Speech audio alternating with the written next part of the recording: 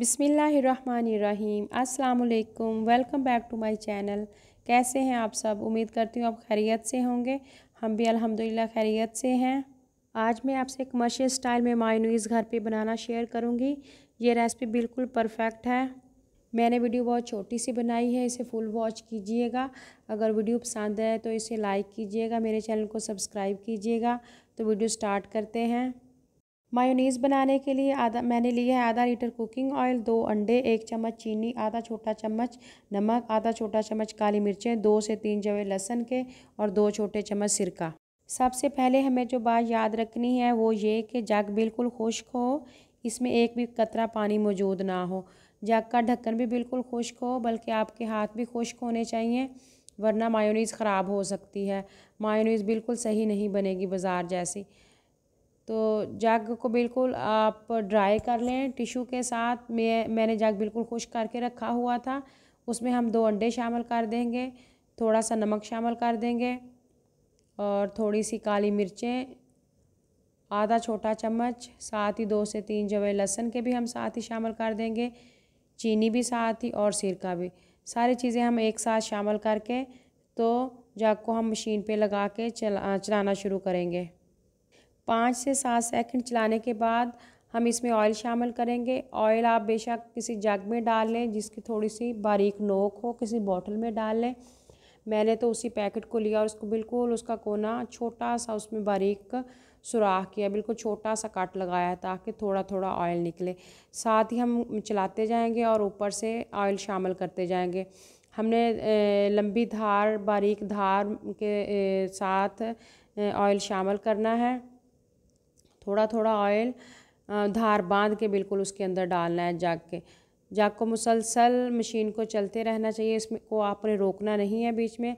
अगर आपने रोका तो मायोनीज़ आपकी ख़राब होने का ख़तरा है। ये देखिए बिल्कुल ऑयल बारीक धार बांध के जा रहा है, उसके अंदर थोड़ा थोड़ा ऑयल शामिल करते जाना है और चलाते जाना है। आपने बिल्कुल भी रोकना नहीं है। जितना आप ऊंचाई से ऑयल उसके अंदर डालेंगे उतनी मायोनीज़ अच्छी बनेगी। तो मैंने आधा लीटर ऑयल इसमें शामिल कर दिया है। तो मशीन अभी मैंने नहीं रोकी, मशीन मुसलसल चली जा रही है। अगर आपकी मायोनीज़ ज़्यादा थिक है, गाढ़ी, आप इस तरह ऊपर से चम्मच हिलाते जाएं और मशीन को चलाते जाएं। ये देखें मशीन मेरी अभी भी चल रही है। मुझे फ़ील हुआ कि बहुत ज़्यादा मायोनीज़ गाढ़ी है, अभी बहुत थिक है। तो मैंने थोड़ा सा ऑयल इसमें और मज़ीद शामिल किया है ताकि थोड़ी सी मायोनीज़ और लिक्विड फॉर्म में आ जाए। मायोनीज़ में हम अपनी मर्ज़ी की थिकनेस रख सकते हैं, ज़रूरी नहीं कि ये बहुत ज़्यादा थिक है। अगर ज़्यादा थिक लगे तो थोड़ा सा ऑयल और शामिल कर लें, अगर ज़्यादा रनी लगे तो कोई बात नहीं, उसे आप फ्रिज में रख दें, थोड़ी सी फिर वो